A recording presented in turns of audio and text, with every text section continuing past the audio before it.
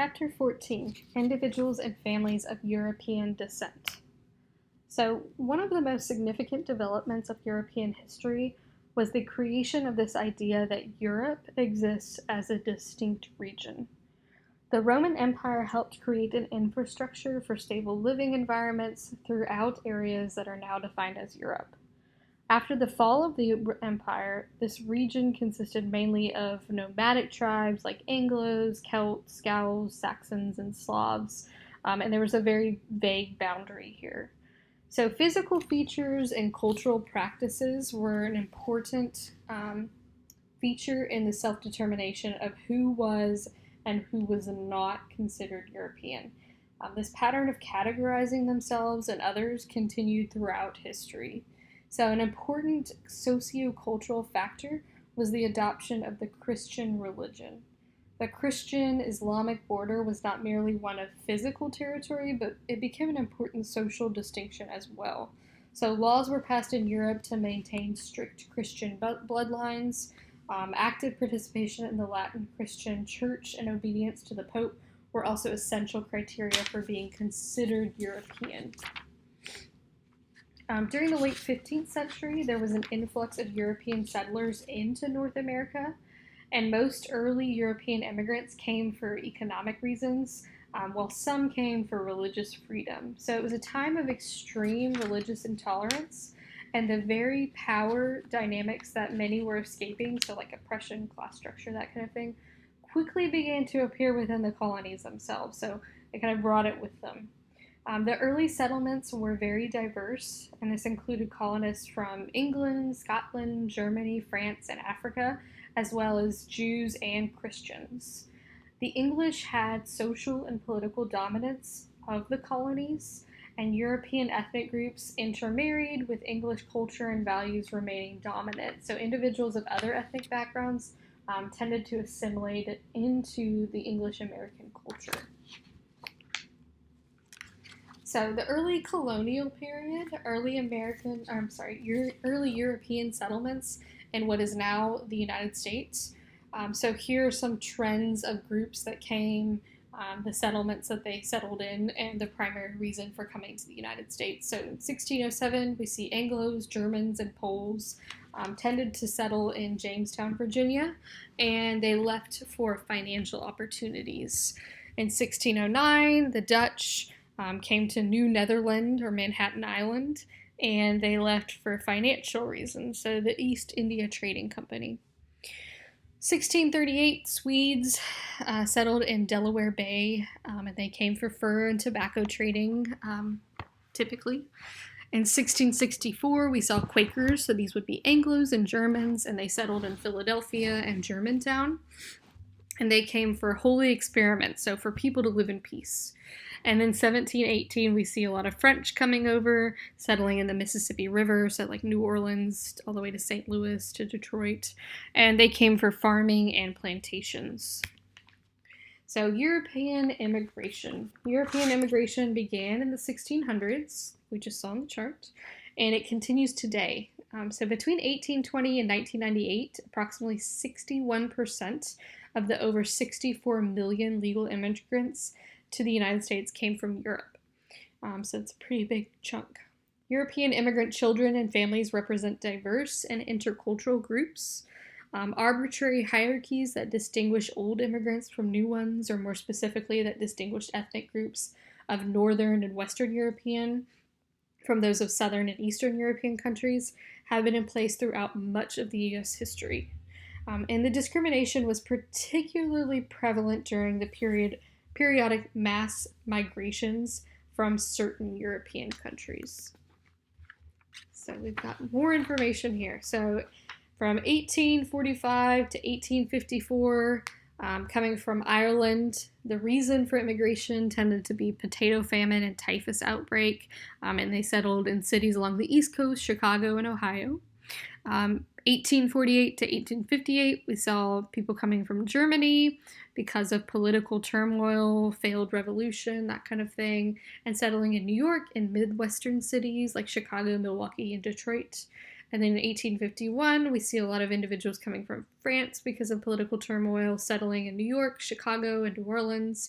And then 1890 to 1900, a lot of Italians coming due to financial concerns like low wages and high taxes, and settling in industrial cities like New York, Philadelphia, Chicago, and Detroit. So some terminology in this chapter. The term white is used to describe the larger racial group. The term Caucasian is commonly used to describe this group, although Caucasian is actually an ethnic term for the group of people traditionally from the Caucasus region. So this is a narrow piece of land between the Black and Caspian Seas. So you may have noticed this in your papers if you were using Caucasian. I said it might be better to use the term white, and that's because Caucasian is actually referring to those from the Caucasus region, right? They're not actually all generalized white individuals, so something to keep in mind. European American generally refers to individuals living in the United States who are recent immigrants from or identify closely with European heritage in terms of values, traditions, and worldviews. And then white American ethnic describes individuals of European descent who ethnically identify themselves as American and who have adopted the culture, traditions, and values of the dominant culture within the United States. So, 3 specific contributions to the development of the white American ethnicity include the American melting pot, the American dream, and the creation of a national heritage. So we're going to talk about each of these. So the melting pot. The term melting pot was commonly used as a metaphor to describe the process of combining a variety of cultural backgrounds and beliefs to create a new virtuous culture. The idea was that it's okay to be different as long as one accepts the mainstream values. Non-Europeans were largely excluded from adding their contribution of flavor to this cultural pot, and this led to both marginalization of and discrimination against non-white or non-English-speaking Americans. With the civil rights movement, the melting pot idea was replaced with a new sense of multiculturalism, focusing on inclusion and ethnic pride. So other metaphors that have been suggested are like salad bowl or quilt. The next term is American Dream. So the American Dream is the manifestation of white American ethnic cultural values, which reinforce the notion of the United States as being a utopia, explains the country's political and social structure, incorporates nations' stated ideals of liberty, equality, and the pursuit of happiness, and provides an explanation for the success of Americans as well as a justification for other families and groups' financial struggles. So meritocracy describes a belief that individuals' success is based on personal skills, abilities, and work ethic, rather than on more external factors. So off of merit, right? The creation of an American heritage. So as part of the rise of nationalism in the early 1900s, the U.S. Department of Defense began funding the preservation of war monuments, which began the process of creating a collective memory and the beginning of a national heritage. The U.S. educational system has provided a vital link in the promotion of national heritage and collective memory created by the dominant culture. So American students learn a decidedly Eurocentric and white American ethnic perspective of the brief history of the United States, and the school system serves to shape and reform students from diverse backgrounds into being acceptable participants in the idealized version of the United States put forth in the curricula. So who gets to be white? Every white family was an immigrant family at one point. The transition from European ethnic to white American ethnic is dependent on the individual or family being identified as racially white. So prerequisites for being included in this category have been dramatically altered over the years. Most exclusive levels of society were contingent on physical characteristics, language, religious beliefs and practices, political affiliations, economic stability, and the willingness to adopt white Protestant culture. So idea of race as a physical reality began to emerge in the 17th century. Parameters for defining who was white became more inclusive over time. So, effective assimilation strategies for immigrants include speaking English, adopting more American names, receiving an American education, and marrying into a white family. The dominant culture expanded to include either English speaking or Western and Northern European ethnicities. So, for instance, German, French, and Scotch Irish. So, the world wars in Europe affected the development of the white American ethnicity. So, the genocide based on ethnicity promoted Americans to take a far more accepting view of others. In addition, a new vast middle class was created when soldiers from families who were largely uneducated came home and attended college under the GI Bill. So, access to a college education and subsequent middle class wages provided opportunity for previously excluded groups to enter the white American ethnicity if they chose to.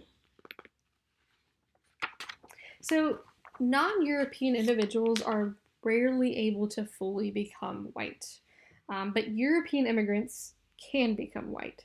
There's a strong debate over the process of becoming quote unquote white. When individuals become white, the privileges associated with being a member of the majority culture follow. The process of becoming white also has disadvantages.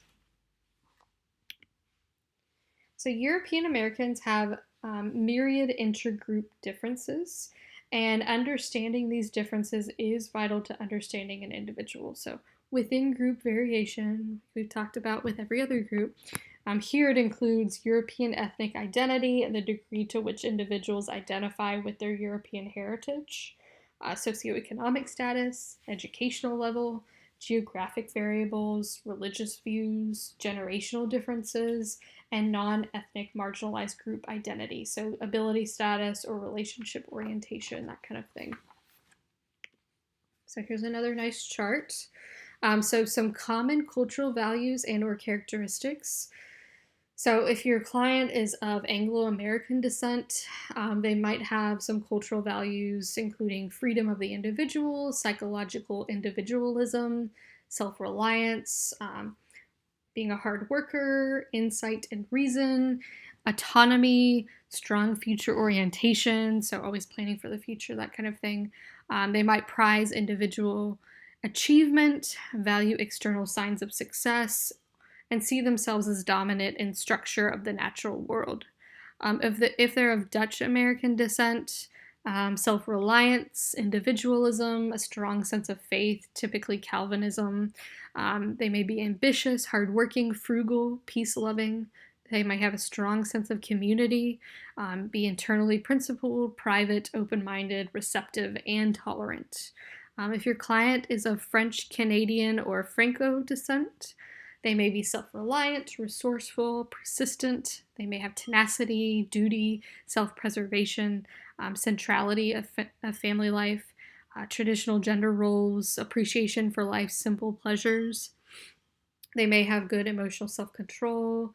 Their values may be shaped by Catholicism, the French language, family, work, and conservatism.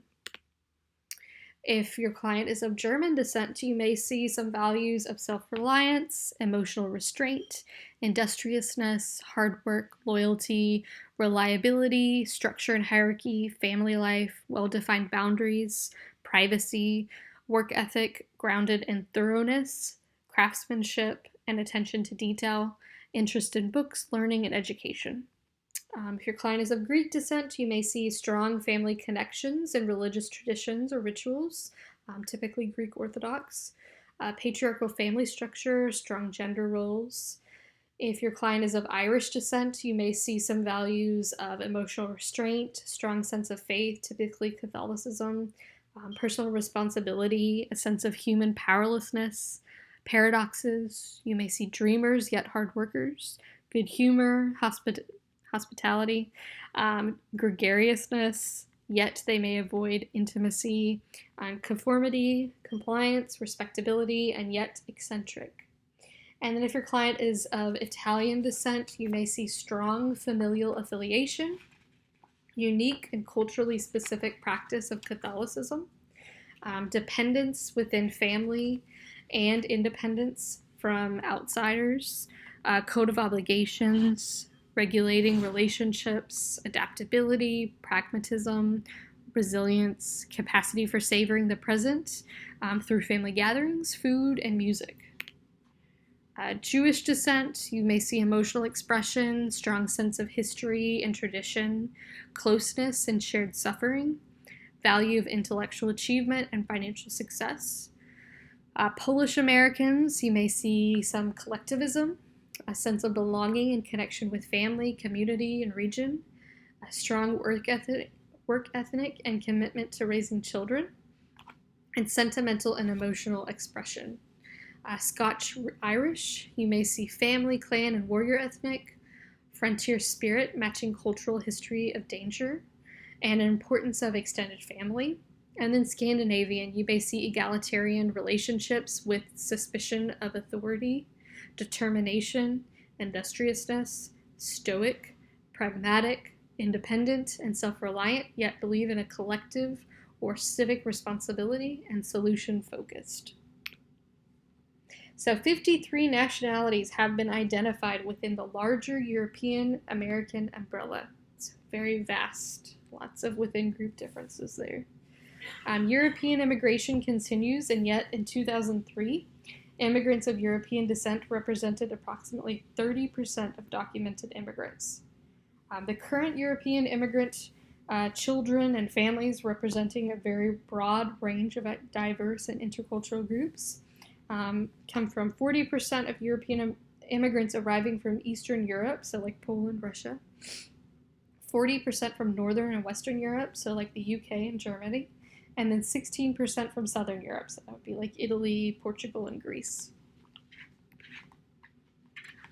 So some more terms to consider. We have immigrants. These are individuals living in a country other than their native country. Non-citizens of a host country granted legal permission to permanently reside in the new host country. In 2013, over 91,000 European immigrants were granted legal permanent status, or LPS, by the United States. Undocumented immigrants refers to non-citizens of a host country who did not go through the procedures established by the host country's policies. So individuals on temporary status who stayed beyond the established time, and individuals who entered the host country without going through inspection.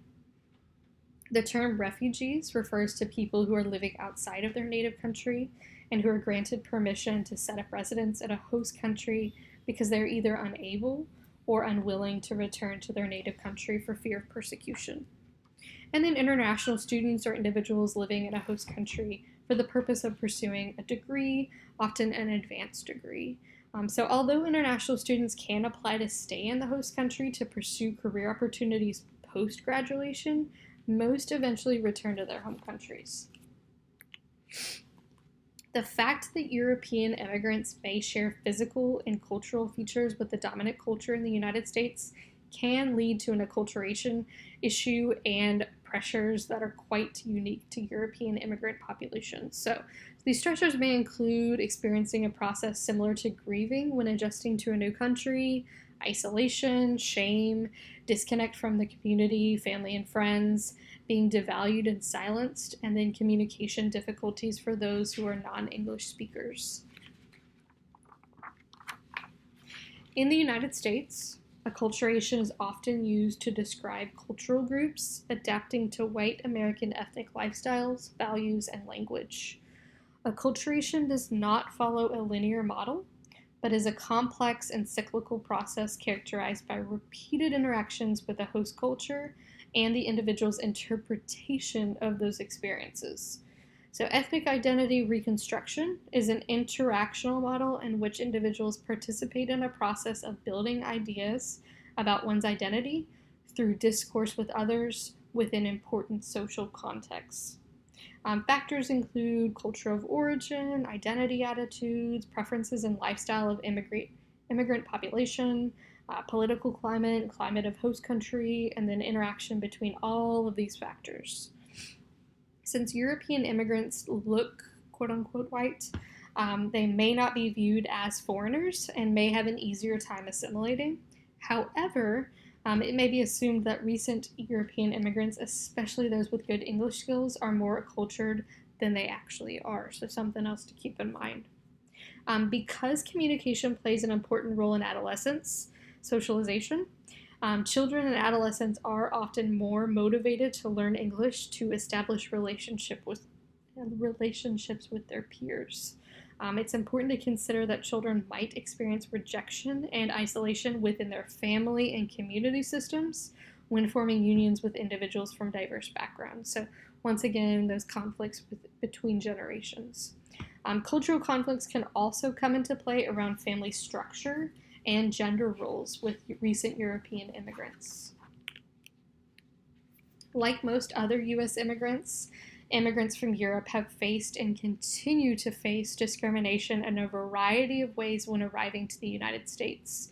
Many European groups have been negatively stereotyped in mainstream U.S. culture by other groups. So, overt discrimination is more likely to exist when immigrants have more visible or dramatic differences from the majority culture. So, for example, strong accents, ethnic names, and physical attributes. European immigrants may face more subtle, but just as damaging systemic oppression. Immigrants who have poor English language skills are far more likely to be underemployed, regardless of skill level or education. Mental well-being and pathology are largely Western European constructs.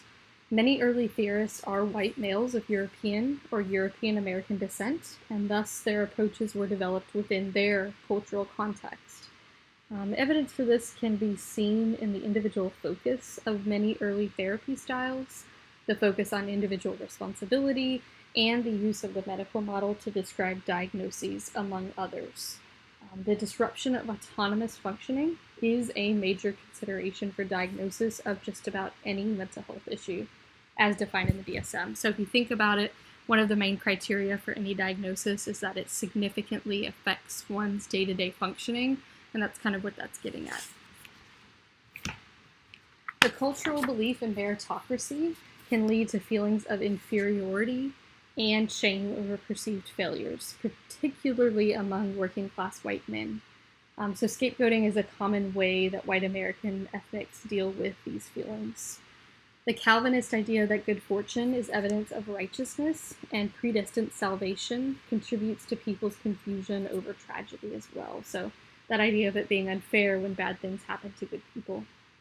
With the value placed on independence and individualism, failure to overcome an obstacle can be seen as being due to personal weakness. Individuals and families may retreat from help and mask painful feelings with abusive behavior.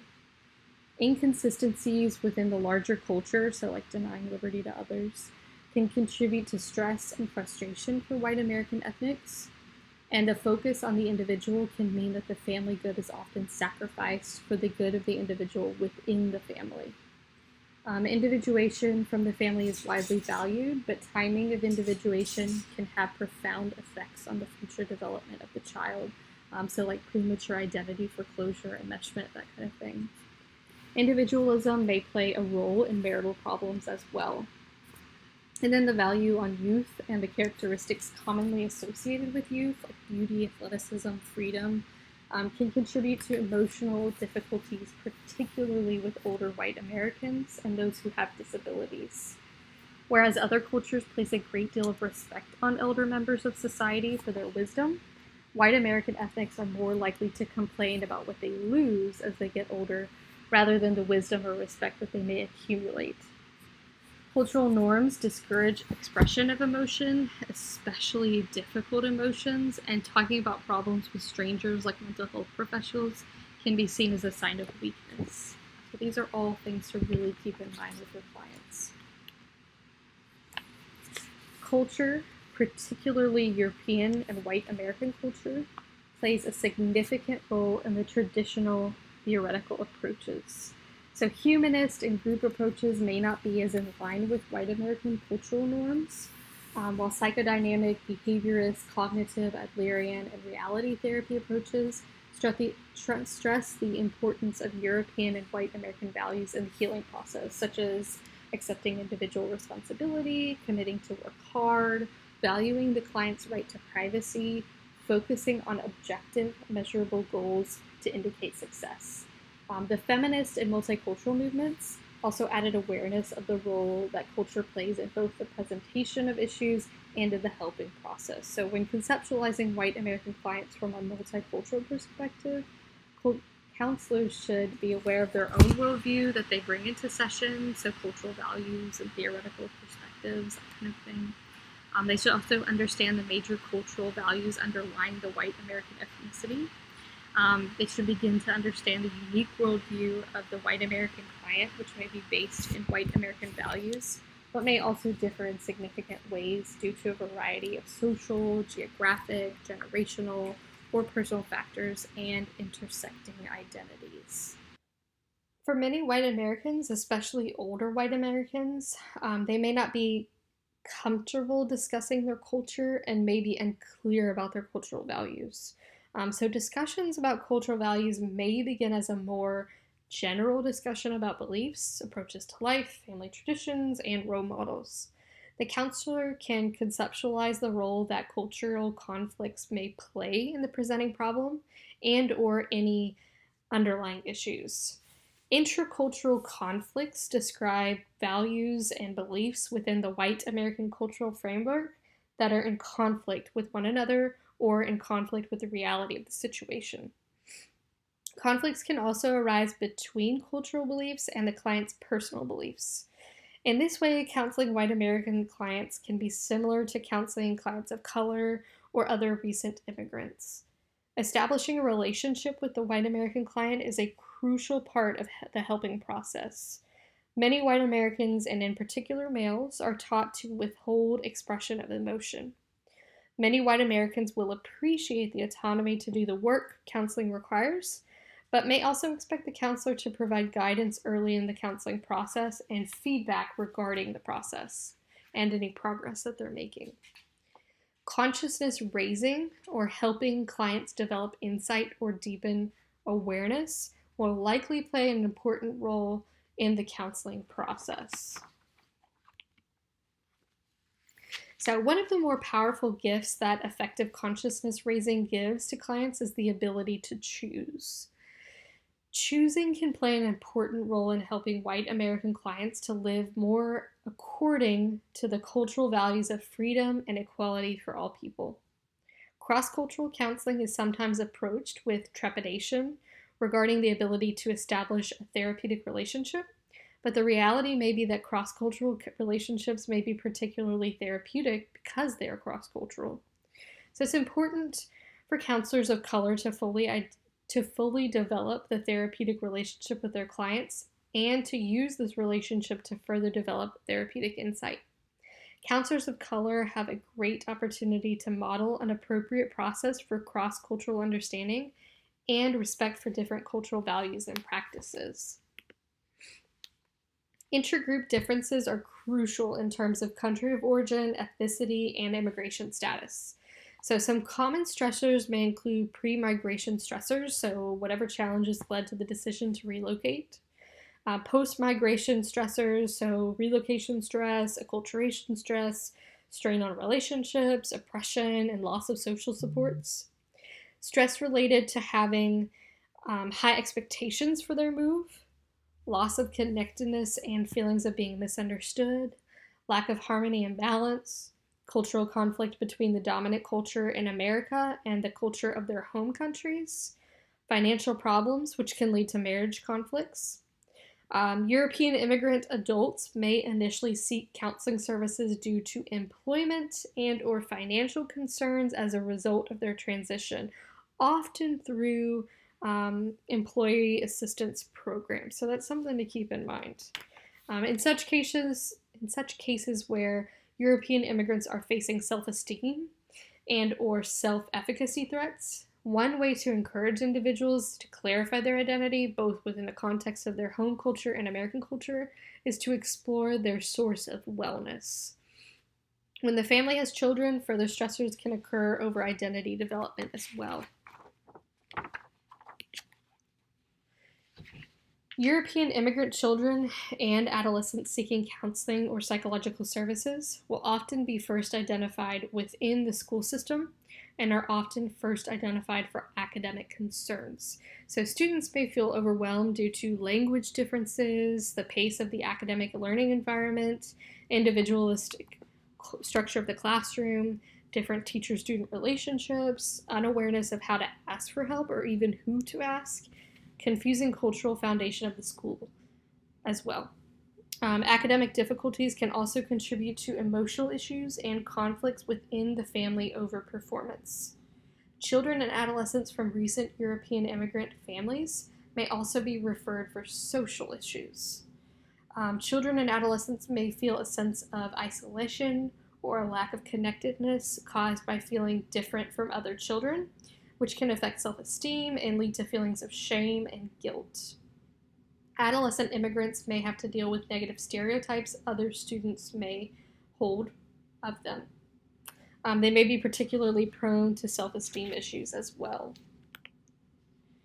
The cultural, political, economic, and geographic experiences of immigrants are different, although some unifying elements exist as well, such as the search for protection from trauma, oppression, and isolation, the search for better standards of living and experiencing a new lifestyle, the focus on survival, the sense of belonging is replaced with isolation, the sense of harmony is replaced with disruption, the sense of mastery is replaced with being devalued, the sense of independence is replaced with dependence. Without understanding and healing, immigrants can become discouraged and might exclude, devaluate, and reject themselves and others. The experience of shame and disconnect may lead to unhealthy patterns of behavior and self-medication through alcohol and other substance use. So that's something to also explore with your clients. Counselors can help immigrant individuals and families rebuild a sense of identity and self-efficacy through sharing their stories from their home countries and constructing new narratives of their lives in the United States filled with hope and meaning. So this can be really helpful. The narrative approach to counseling may be particularly helpful for European immigrants because of its wellness orientation and the emphasis of the human potential to continually learn. So the three core phases of narrative counseling include first, deconstructing the dominant cultural narrative, so examining one's experiences relevant to inferiority and superiority. Second, externalizing of the problem, so distinguishing problems as being ecological in nature rather than pathological. And then third, reauthoring of the story, so reflecting on being successful in life despite or in concert with the American culture. Creative arts can help European immigrants find a means of identifying sources of disconnect and frustration. This can be particularly effective with clients who have difficulty expressing concerns verbally. Counselors who can provide safe environments for immigrant clients to describe and partake in cultural traditions and practices that are meaningful and relevant to them can help the families begin to reground themselves and begin the healing process. Counselors should explore with clients several elements that influence cultural identity and wellness, including primary social networks, so like the same ethnicity, mixed or other, cultural dimensions, so place of nativity, acculturation level, that kind of thing, native culture context, so high, moderate, or low, immigration history, so pre-migration dynamics, precipitating events, migration experience, and post-migration, any language dimensions, psychocultural dimensions, other sources of stress, so residency, oppression, gender, immigration, racism, ethno-support, educational, vocational, prejudice, familial, language, economic, and marital stressors. Exploring regional cultural differences and living experiences is also essential. Another way counselors can work to alleviate stress associated with immigration while promoting wellness is to work from a social justice perspective. So social justice counselors identify the four guiding principles of equity, access, participation, and harmony. Equity pertains to involvement in a culture-centered approach. So giving voice to dynamics that have been silenced and ignored, and becoming familiar with cultural practices that foster a sense of wellness. Access pertains to a counselor's choice to clarify identity construction in self and clients. So reconstruct counseling frameworks based on differences, not deficiencies. Participation underscores the importance of mutuality and authenticity. So it's important to consider whose voice is heard and how decisions are made. Support those whose contributions are minimized or devalued. Ask whose stories are celebrated in education, media, and dominant culture. And then harmony. So harmony pertains to searching for wellness by tapping into the cultural wisdom and deconstructing the process of devaluing that immigrants may be experiencing. So develop relationships with your clients based on mutuality and provide an atmosphere of authenticity and permission for your clients to be who they desire to be. And that's it for this chapter.